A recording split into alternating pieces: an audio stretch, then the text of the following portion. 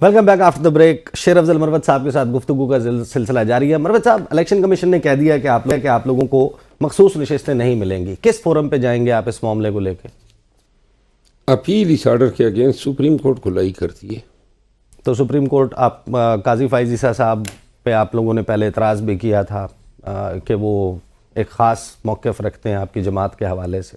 آپ چاہیں گے کہ وہ سنیں؟ یہ تو سپریم کورٹ نے کہا تھا. سپریم کورٹ کے 5 رکنی بینچ کا فیصلہ ہے جس کی قیادت سابق چیف جسٹس گلزار صاحب کر رہے تھے, اور اس کیس کے دوران قاضی فائز عیسیٰ صاحب جو تھے ان کو کچھ کاغذات ان کے پاس آئے انانیمس ذریعے سے, اور وہ ان کو ریکارڈ پہ لانا چاہتے تھے. صحیح.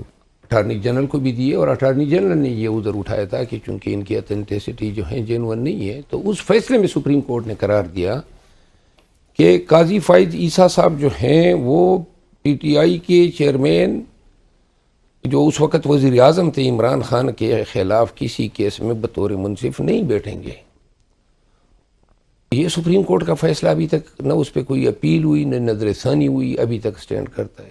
صحیح. جب ہمارے بیٹ کا فیصلہ وہ فیصلہ فرما رہے تھے تو وہ اس وقت بھی یہ قدغن تھی.